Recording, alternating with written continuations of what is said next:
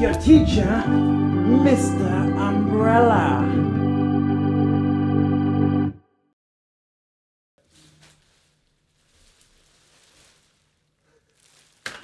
Hello there, I'm Mr. Umbrella. How are you doing?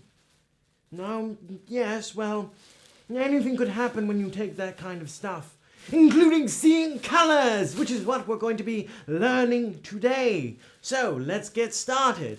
How do we say my umbrella is a white umbrella? We say ngõ baksik.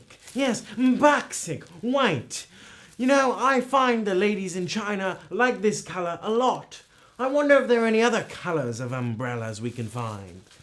Ah, yes, the yellow umbrella, very popular in Japan. You see, we say this is a yellow umbrella. Li go zhe wong sik. Yes, wong sik, yellow.